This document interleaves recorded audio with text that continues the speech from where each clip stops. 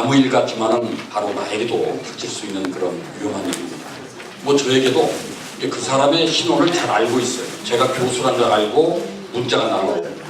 최근에는 해외세가 뭘 구입했다고 57만 6천 원 결제가 됐다는 문자가 날라왔어요. 그걸 누르는 순간 제가 바로 당하는 거죠. 저는 누르지 않고 제가 한 일이 없기 때문에 대응을 했습니다만은 누구에게나 닥칠 수 있는 일이고 그 사람들이 모든 사람의 신원을 잘 알고 있습니다.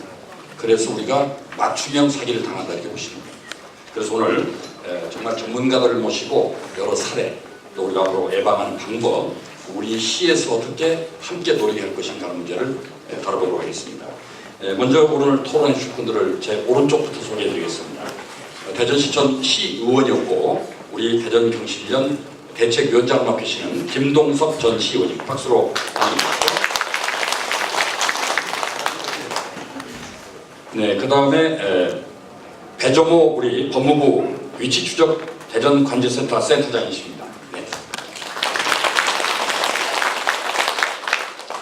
네, 금융 쪽에서 이제 예방 활동을 다 담당하시는 금융감독원 대전지원의 윤규영 수석검사입니다.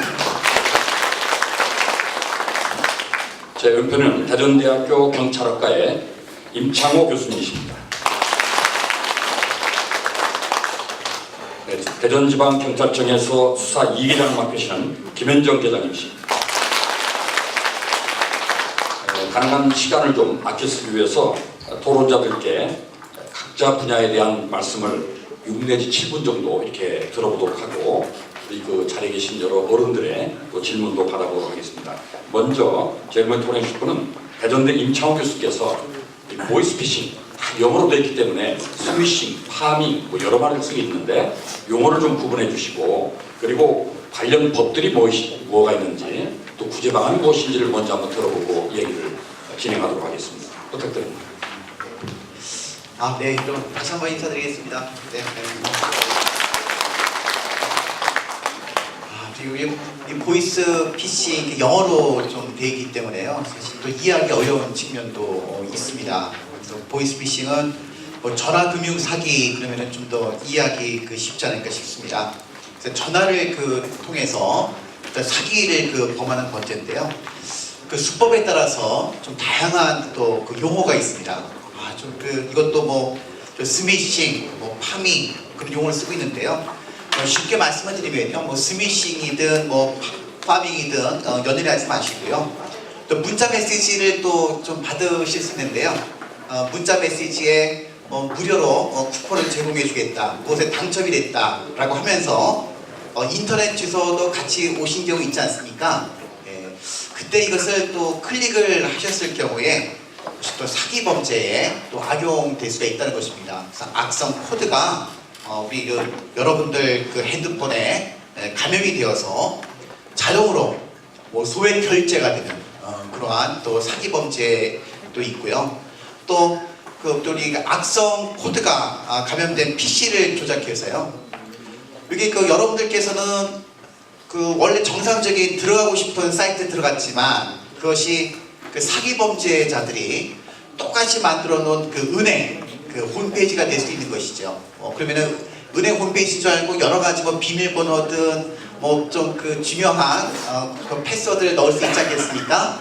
그런 것을 이제 기록했다가 또 여러분들의 돈을 또 편취해가는 그런 여러 가지 수법이 있습니다. 이제 문제는요, 이런 관련 법규인데요. 현재 우리 대한민국의 경우에 보이스피싱에 대한 처벌 법규가 굉장히 엄격합니다. 상당히 엄격하고요.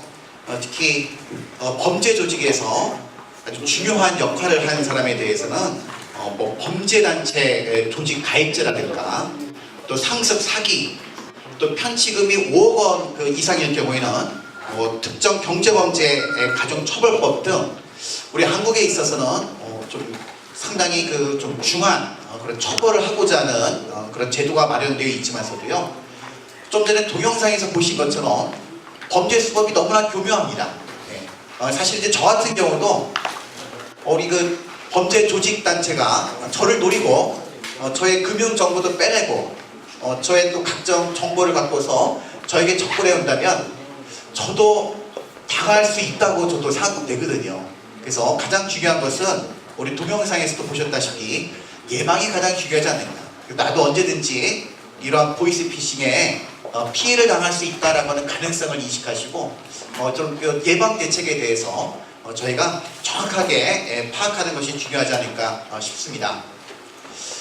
구제 방안은요, 제가 두 가지를 좀 생각해 봤습니다. 좀 전에도 대전경찰청에 또 좀 그 관련되신 분을 만나서 오면서 제가 여쭤봤습니다. 효과적인 구제 방안이 뭡니까? 여쭤봤더니요, 구제 방안 정말 어렵답니다. 네. 좀 전에 우리 동영상에서 보셨다시피요, 또 인사 말씀 해주신 분들께서 너무나 중요한 말씀을 해주셨습니다. 네.